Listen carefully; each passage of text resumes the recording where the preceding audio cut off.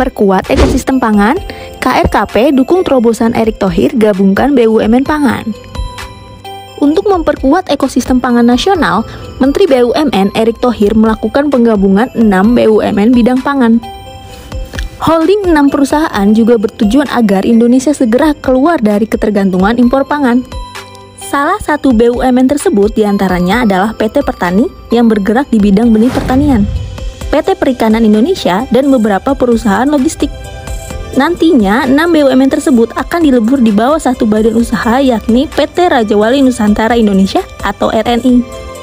Langkah merger ini salah satunya bertujuan memperkuat ekosistem pangan nasional. Melalui peleburan ini ditargetkan Indonesia sebagai negara agraris tidak lagi menggantungkan pangan pada impor.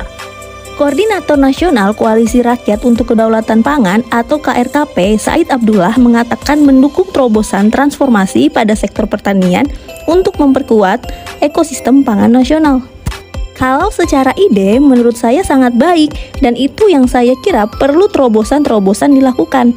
Salah satunya sebagai klaster BUMN pangan yang baik itu dalam rangka memperkuat produksi dan cadangan pangan, kata Said, Kamis 21 Oktober 2021. Said menambahkan, dalam rangka memperkuat pangan, BUMN bisa masuk mulai dari komoditas pangan yang masih mengalami defisit atau kekurangan. Mulai dari misalnya penyediaan input, kemudian distribusi sampai ke pasar. Terutama kan kalau selama ini, pada beberapa jenis pangan tertentu kita masih defisit, dan keberadaan BUMN ini harus bisa menjawab tantangan itu. Soal defisit itu, ujar Said. Lanjut Said, BUMN tidak perlu masuk ke wilayah pangan yang sudah memiliki tingkat produksi yang baik agar tidak menjadi pesaing bagi petani, tetapi dapat membantu dalam hal distribusi dan harga pasar. BUMN tidak perlu masuk ke wilayah produksinya, bisa jadi dia main pada wilayah distribusi sama pasarnya. Karena kalau komoditas yang sudah baik dikelola oleh petani, BUMN masuk di on-farm-nya kan jadi pesaingnya petani.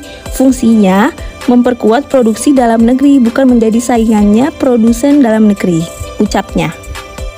Lebih lanjut, kata Said, keberadaan BUMN pangan harus menjadi mitra petani, supaya petani menjadi lebih kuat dalam melakukan produksi dan bisa memberi kesejahteraan pada mereka.